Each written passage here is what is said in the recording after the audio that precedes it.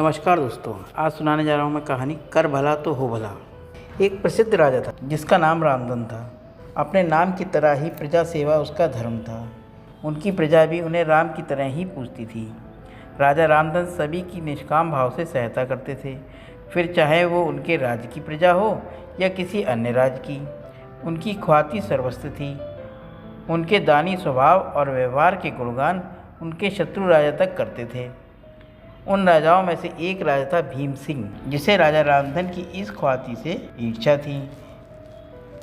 इस ईर्ष्या के कारण उसने राजा रामधन को हराने के लिए एक रणनीति बनाई और कुछ समय बाद रामधन के राज्य पर हमला कर दिया। भीमसेन ने छल से युद्ध जीत लिया और रामधन को जंगल में जाना पड़ा। इतना होने पर भी रामधन की लोकप्रियता में कोई कमी न आई।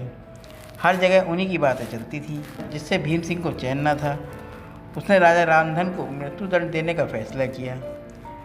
उसने ऐलान किया, जो राजा रामधन को पकड़कर उनके सामने लाएगा वो उसे 100 सोने की दिनार देगा।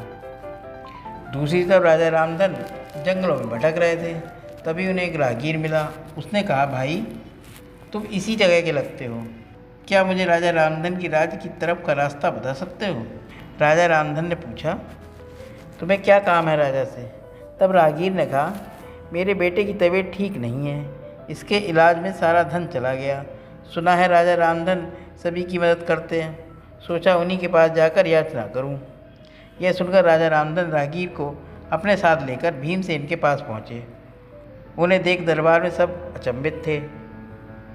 राजा रामधन ने कहा, हे राजन, आपने मुझे खोजने वाले को 100 दिनार देने का वादा किया था। मेरे इस मित्र ने मुझे आपके सामने पेश किया है, अतः इसे वो 100 दिनार दे दें। यह सुनकर राजा भीम सिंह को एहसास हुआ कि राजा रामधन सच में कितने महान और दानी हैं, और उसने अपनी गलती को स्वीकार किया। साथ राजा रामधन को उनका राज लौटा दिया और सदा उनके दिखाए रास्ते पर चलने का फैसला किया। दोस्तों, इसे ही कहते हैं कर भला तो हो भला।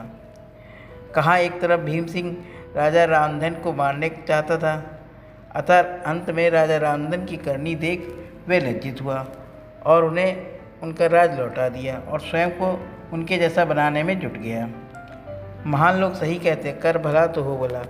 रामधन की करनी का ही फल था, जो हारने के बाद भी जीत गया।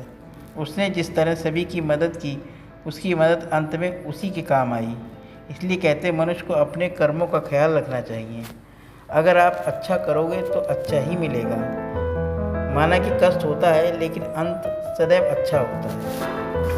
दोस्तों, ये कहानी कैसी लगी कमेंट करिएगा। मिलते हैं फिर एक नई कहानी में। तब तक के लिए नमस्कार दोस्तों।